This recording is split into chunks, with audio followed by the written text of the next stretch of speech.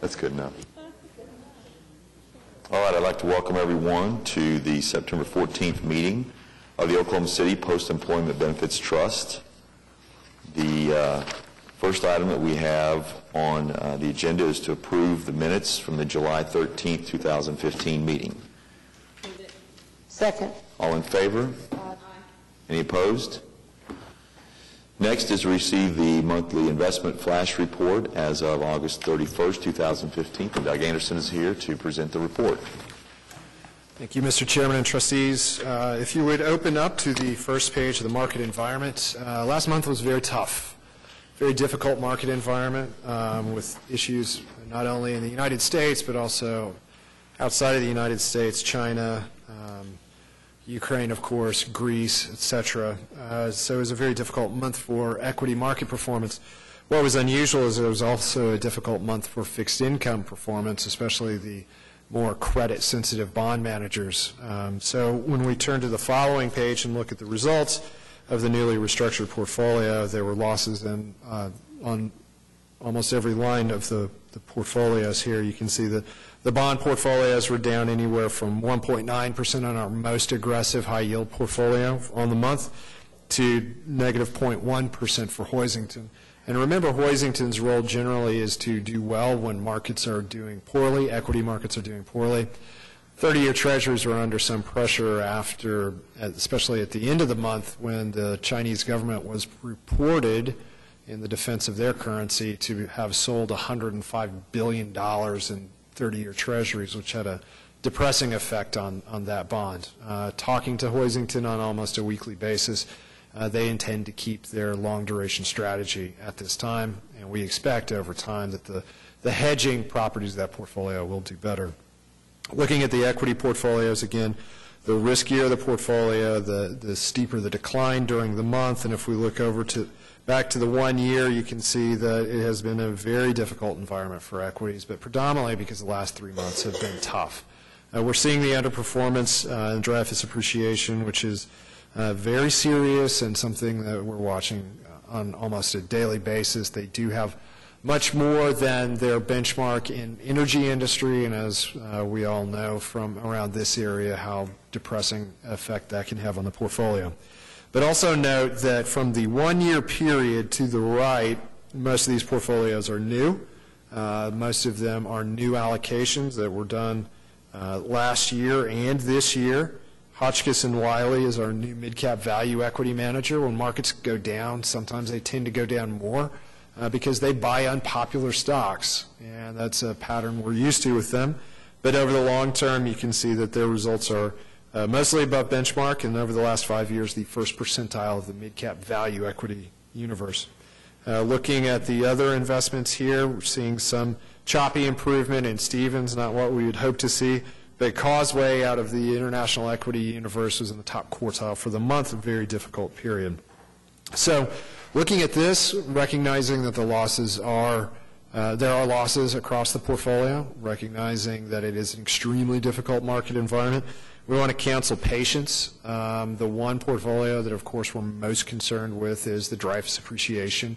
I think we'll have a conclusion to that question very soon. It's just not holding up the way that we would hope for it to in this environment. So happy to take any questions. Well, just note the one thing, that the total portfolio market value is $33.9 million at the end of the month, which is somewhat, we need to keep an eye on that and remember where that is and where we came from. Not that long ago, we were less than $10 million here. So we are growing through cash flows, through asset allocation, and through manager performance. Happy to take any questions. Are there any questions? All right, thank you, Doug. Thank you. We did have a trustee education, it was actually under an investment committee in the last hour, and I appreciate Doug taking the time to be here with us and to give us that extra insight, and so thank you again for your time. All right, could I get a motion to receive the monthly investment flash report? All in favor? Aye. Any opposed? Next is to discuss discussion and consideration of approval of any asset allocation changes. We don't have any for this month, so we'll move to the next item, which is acceptance of the interim financial statements for the fiscal year ended June 30th, 2015. Amy Lucas is here. She's an accounting manager with us in our accounting services division in the finance department. Thank you. The first thing I'm going to point out is each of you should have received a new corrected page 14 to the published financial statement. We had originally, when we published this financial statement, ran a query to gain the number of active members and then the number of retirees that we had. And so the numbers that we originally published were too high because the query was ran after June 30th, and we couldn't go back and get the June 30th numbers. And so that's why those were misprinted. We have corrected them to what the actuarial report. In the meantime, we've received our actuarial report as of June 30th. And so the new numbers on page 14, which was the sheet you were handed, are correct. They're the ones that are printed in our actuarial report and tied to it. So the only change that we end up with is on that active members and retiree and beneficiaries currently receiving the benefits. Yes, Just sir. those two numbers changed. And the date on the right column was changed from 14 to 13. Yes, it was, because we only receive our actuarial report every 2 years. And so we used the 13 numbers for 2 years and then the 15 numbers, and we had changed that date because we changed them all the way through, and that one should have stayed 13. Okay. So we put it back to the date that it should have been. All right, thank you. Okay. If you will look at page 3 in your financials, currently the trust is reporting net position of $39.72 million. This is an increase of $5.7 million over prior year when the net position was only $34.07. Overall, the financial position has improved during this year. For the fiscal year, the trust gained approximately $5.65 million. Of this, $297,000 is from gain on investments, along with $4.5 million from excess employer contributions, and net assessed revenue of $988,000. And that's a summary of what that detail of ending plan net position is for the year. Next, I would like to direct your attention to page 6, the statements of changes in plan net position. Additions are reporting at $30.16 million versus $33.17 million in the prior year. This is mostly due to investment loss for depreciation in fair value of investments, as contributions remain stable. Benefits were $24.51 million, which was a decrease of $908,000 as a result of the indemnity and HMO plan expenses decreasing from the previous year. Next, I would like to direct your attention to page 11 in the notes, looking at the asset allocation guidelines.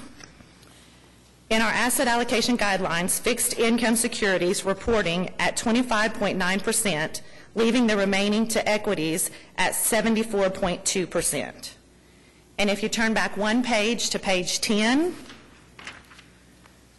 the money markets that were used to pay claims are reporting at $4.27 million compared to the prior year of $5.04 million. And that's just a summary of your financial statements as of June 30th, 2015. These are preliminary until the audit is completed. Are there any questions you have? All right, thank you, Amy. Thank you. So to accept a motion to accept the interim financial statements for June 30, 2015. All in favor? Aye. Any opposed? All right, thank you. Craig, can I just clarify, we're accepting them as they're amended by the new That's page correct. 14? That is correct, with the new page 14. Okay. Thank you. The next item is the adoption of a joint resolution with the MFA for the renewal of a modified administrative service agreement with Dearborn Life, and this is for the life insurance policy. It's a slight increase from what we had previously. It's already been approved by the MFA, and be happy to answer any questions if we have that. Colin is here too if anyone has any questions specifically, but the only change is the rate change. All in favor? Any opposed? All right. Next item is approving a change order between the Opebt Trust and with Nyhart, our actuary. We had asked them to take a look at some additional options. We've done this in the past. It's been a few years back. Have them look at some additional alternatives where we could reduce the liability, and there's a summary of the alternatives that we're going to have them evaluate for us of what the impact would be on the liability. I do want to caution that this is just for us to be able to get the information to determine if we made any of these changes, what the impact would be, and that way we could communicate with the council and that we understand ourselves what the change in the liability would be with any of these changes. None of these changes have been proposed at this time or are being recommended. It's just an evaluation period. The city will reimburse the Opebt Trust for this cost. Since the contract is with the Opebt Trust, between the Opebt Trust and Nyhart, then we run these amendments through the Opebt Trust, but the city will reimburse the Opebt Trust for these costs. Are there any questions? Take a motion. Second, but I do have a question. All right. So on the face of the memo, it says the estimated cost is $7,600, but it's really $9,975. So this is an interim year, I believe, where it's only like $2,000. Like for the 15-16 says it's $2,375. If you look at page 1 of 3 on the actual contract, and I believe it should be those two items together. I have a question on the front page on bottom paragraph. Okay, so let me finish 1 second here then on that. So the total contract amount is the amendment of the $7,600 plus the amount of our standard fee for their study for this year. Does that make sense, Laura? To get to the $99.75? Yes. Okay. But then that total amount of $99.75 is proposed to be reimbursed from the general fund? The $7,600 will be reimbursed from the general fund. Okay. The $2,375 is our normal study that the Opebt Trust has to do. Got it. Yep. Sorry I need to clarify that. Okay, I'm sorry, Ted.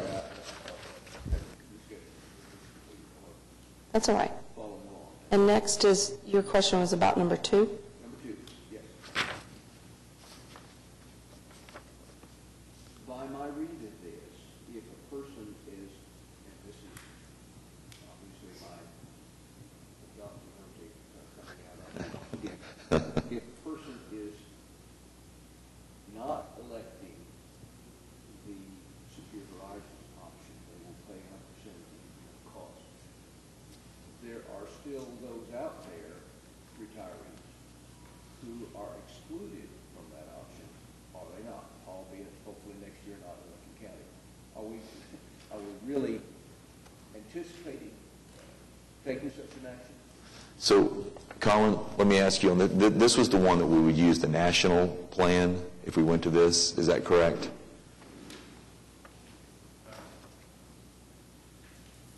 United Healthcare has a national PPO Medicare Advantage plan. We have not gone too deep about contracting with them or exploring it, but what this proposal before you today is that the price would be set at that Medicare Advantage plan, and so the actuary is going to cost, if the city's contribution was limited to the actuary, to the Medicare Advantage and the appropriate premium share that the council has established, say it's 50% in a few years from now, and then that if there were other plans offered by the city for retirees that are Medicare eligible, the retiree would buy up for those other benefit coverages. And so the idea would be if we went to the Secure Horizons, we would have a plan available that would cover retirees that are outside of the metro area. Correct, and that hasn't been fully discussed yet. Right. So let's get Craig Very preliminary. Set up front. This was costing some scenarios that if we set a floor of the city's contribution, what would that impact the plan? So that's what the process that Craig's trying to. But I think from Colin's perspective, too, is that the consideration is if we were going to go to something like this, we need to address that issue of having it available for those outside of the metro area. Correct. And it's just, this is real preliminary, and we haven't gone down that path about contracting with or designing a plan that's a national platform. Okay? And I just want to point out, and Ted, I think this is an important consideration, sometimes you don't know whether it's worth doing the work to walk down that path until you know whether or not there's truly a benefit to it. You almost have to measure that before you can decide if you're going to do all that work to determine the new plan structure. Okay.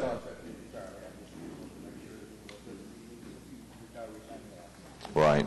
I think the one thing that I would say that I feel very confident we'll move ahead with some option on, and we're going to have to come back with some recommendations on addressing the liability. It's really something that we need to be doing. But the one particularly that I'm confident we'll move ahead on is dealing with the eligibility. Right now, our eligibility is very generous, with a short period of time served. And so I'm confident we'll have something there, but I think there will be some other recommendations that we bring forward from this study. All right, could I get a motion? We already moved and seconded. You are correct. All in favor? Aye. Any opposed? Great.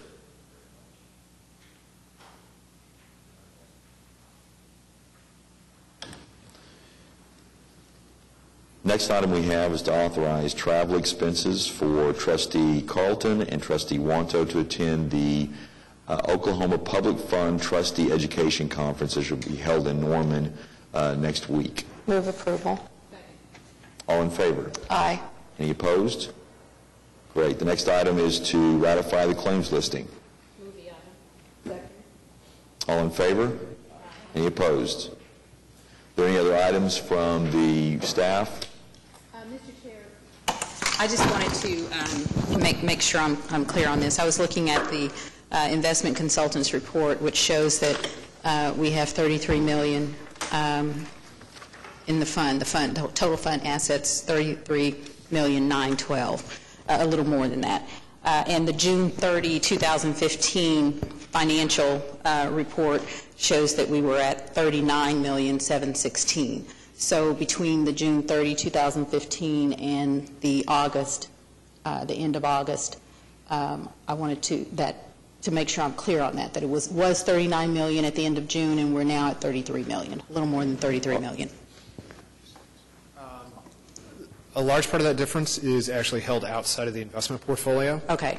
The cash that occasionally does flow into the portfolio, but no. So there are other assets besides the investment assets. Exactly. There may also be receivables and payables in that number. So Right, so it's like I the don't know they're operating comparable. funds.